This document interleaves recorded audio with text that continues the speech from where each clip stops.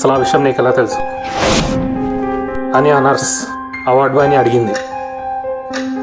దానికి award bye అదెవరో కాదు, నా బెస్ట్ ఫ్రెండ్ అర్జున్ అని చెప్పాడు. అర్జున్కి చిన్నప్పటి నుంచి డాక్టర్ అయ్యి ఏదైనా సాధించాలి అని కోరిక ఉండేది.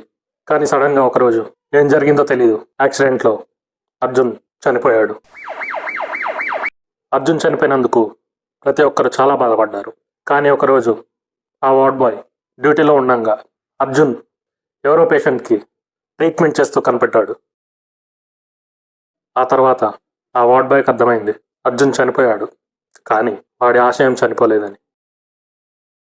అప్పటి నుండి అర్జున్ పేషెంట్స్కి ట్రీట్మెంట్ ఇస్తూ ఏదోలాగా ఇక్కడే ఉండిపోయాడు అని ఆ వార్డ్ బాయ్కి అర్థమైంది.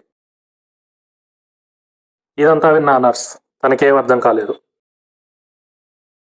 సైలెంట్గా తన రూమ్లోకి వెళ్ళిపోయింది. ఆ తర్వాత కొన్ని రోజులకి ఆ నర్స్కి వేరే ఊరికి ట్రాన్స్ఫర్ అయ్యి అక్కడికి వెళ్ళిపోయింది. ఇలాంటి మరిన్ని స్టోరీస్ కోసం ఇప్పుడే సబ్స్క్రైబ్ చేసుకోండి స్టోరీ కార్నర్.